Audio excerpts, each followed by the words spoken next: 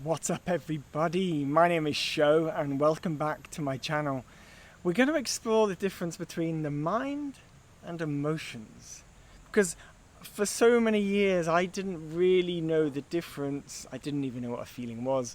So I'm going to try and communicate with you what emotions are through the perspective of the mind, because there's many people that are watching this video that I don't know viscerally what an emotion is. Like, really no emotion. I grew up pushing down emotions so deep, pushing them down and down, suppressing them, holding them back, ignoring them, rising above them. So all that was left for me was a thinking mind. All that was left for me was a thinking mind. And so then this body thing didn't really do anything. Like, it walked me around, I could play sport, but I didn't, and I hadn't switched and put online the infinite potential and capacity of what this vessel, right, this instrument is capable of.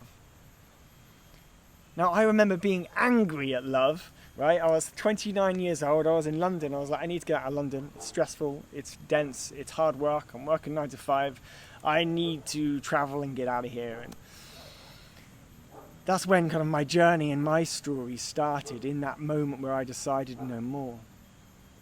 But in that moment, I remember being angry at love, you know? It's like, love, what the freaking heck is love? Everybody kept talking about love in my society and culture.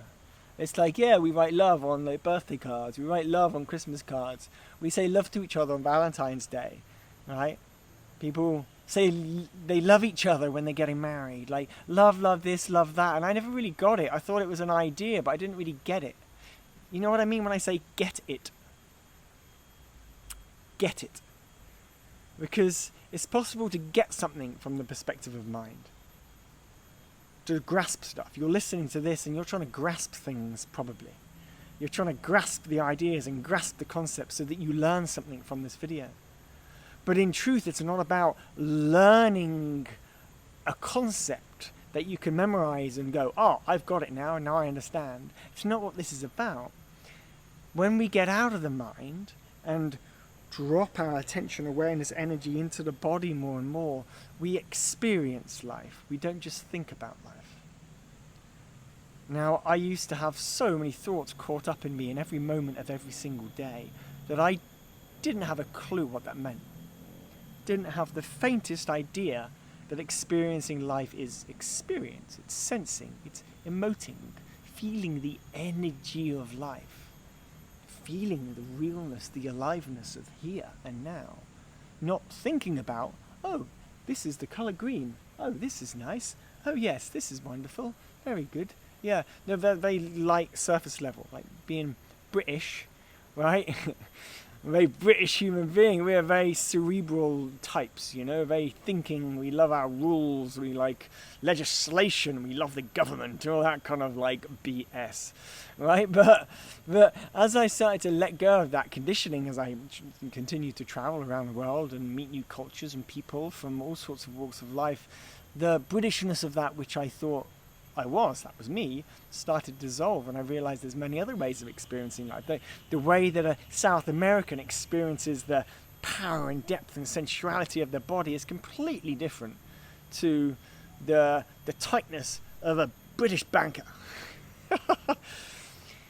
So I'm pointing to the experience of emoting through life, experiencing life, not just thinking through life. Another example of this is like when I learned to feel life, increase my frequency over time, many years of healing, etc., like an increase of frequency of that which I am, the emotional capacity increased, then how I saw reality changed. Like, reality used to be kind of like a color, kind of a grainy, colory experience, right? My lens was a bit muddy. And as I continue to release and heal and clear, let go of the old traumas and conditioning from our old world, and kept moving to a lighter version of myself, including exploration of psychedelics and things like this, I become lighter, very light. And as I become lighter, I got to see brighter. So life itself becomes brighter, like switching from a grainy, small, 15-inch black and white television to like a super, ultra majestic HD widescreen. Right? Now, I'm using that as an example. It wasn't that drastic of a difference for me, but seeing life was different. It was brighter now. So the way we experience life is different depending on who we are. We have like, what, 8 billion people on this planet, and there's 8 billion different lenses upon what we're looking at. And a lot of people in the Western world just see reality through concepts and ideas and mind and thinking, the cerebral types. That is much of our Western world. And we've forgotten connection. Connecting to our body, connecting to our hearts, connecting to life, connecting to nature, right? Like, it sounds very simple and hippie, but if we want the best life, those things are important. They're essential if we want to live our best life. Now, most of us maybe aren't bothered about living our best life. We're just kind of ticking along. But at some point, the pain gets so real that we do realize that we have to change something that is embedded, and it's interwoven in taking upon this idea of I am here for a lifetime. We'll be pushed to the point where we have to make tough decisions, that we go through pains, right? And the sooner we learn to tune into our emotions, the sooner that we can start listening to the subtle clues that our inner self is telling us, instead of waiting until the big thing has to happen and you have this traumatic experience. Whether that's losing a loved one, breaking a leg, losing a job where it's the whole family's surviving on this money, whatever big trauma thing, the more that we tune in deeper to ourselves and feel life, right? Really feel life, the less opportunity for those bad things there is to creep up on us and to happen. So yeah, thinking to feeling.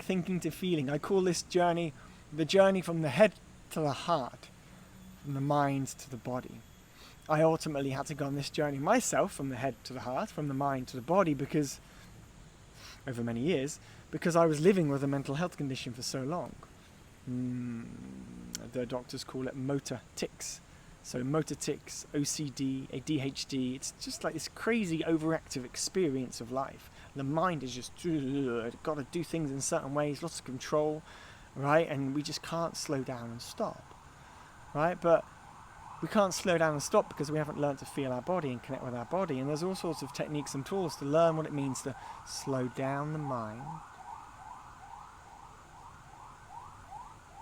turn down the dial of the mind, and then drop the awareness, our energy, which is often focused here for many of us, down into our body. And as we drop the energy down into our body, and if you're following me beyond the words right now, you are sensing what's going on into the body. And you then realize there's a map. There's a map to experience in the body. That map that we experience in the body are focused on each of the glands, we could say chakras. There's a map. And at each of the glands, around the glands, there's neurological tissue. Around each of the glands, there's neurological tissue. Neurological tissue creates mind. Mind and consciousness sort of moves through consciousness. Awareness moves through neurological tissue. We create experience mind.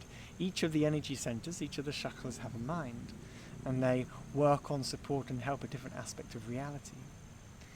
So the journey from the head down to the body is one of deepening your experience of self. It's not just about feeling more, because feeling more is scary for a lot of people, but when we feel more and learn to let go of the difficult emotions, they quickly move and go. But we have to actually feel them for them to go. Quite often we feel stuff and we're like, oh no, and we just think about it and we just stay above it. No, feeling. But if we Really feel it and breathe with it. Be with the uncomfortableness.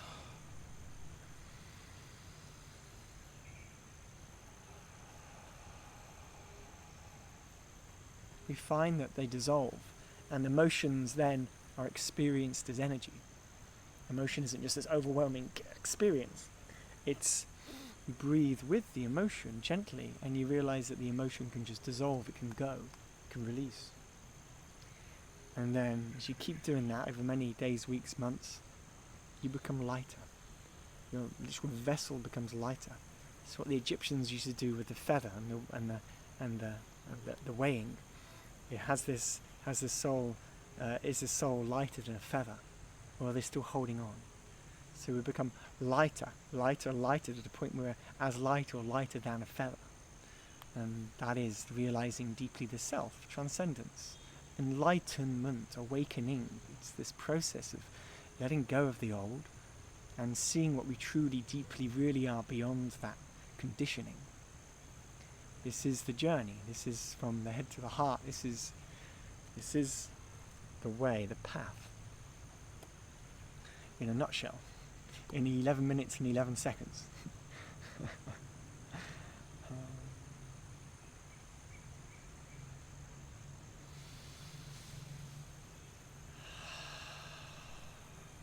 So, blessings to you. Blessings to you wherever you are. Yeah. This video will go on YouTube, maybe elsewhere, so drop me a question, hit like, hit subscribe, support the new channel, please. And yeah, sending my love from Bali. Until next time. And also check out these other videos. I'm going to point to them like a cheesy YouTube person. This video and this video. That's so bad. Okay, that's awkward. Bye.